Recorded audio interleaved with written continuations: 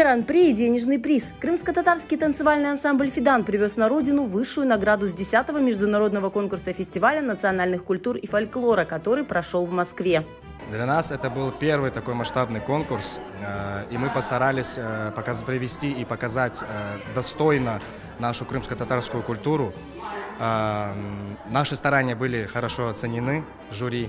Bu seviyeden geçken son, bu yarışta iştirak etken son bizler için aslında bütün rehberler Fidan ansamblı için yanı fikirler, yanı maksatlar açıldı.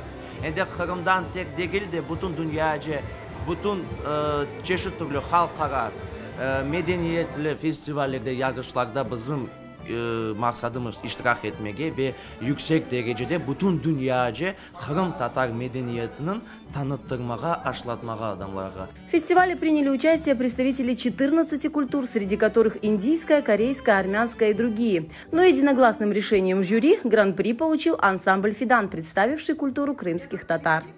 Заслужил гран-при, потому что они 3 в одном или 1 в 3. Я не знаю.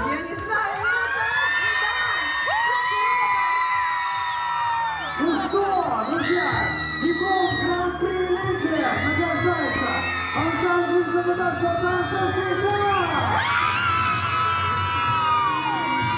Куба, денежный приз, аплодисменты зала и безграничное счастье. Там было много талантливых коллективов, и мы не думали, что получим гран-при, но стали мы лучше всех. Я очень рад, что представлял свою культуру на международном конкурсе.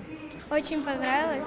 Мы поехали туда в первый раз и в первый раз забрали наш гран-при. Это наш результат с нашими OGLR и нашим ансамблем. На конкурс из Крыма поехали 60 воспитанников из 3 филиалов ансамбля «Фидан». Они представили 7 национальных танцев, среди которых были кезлев и учансуф хайтарма.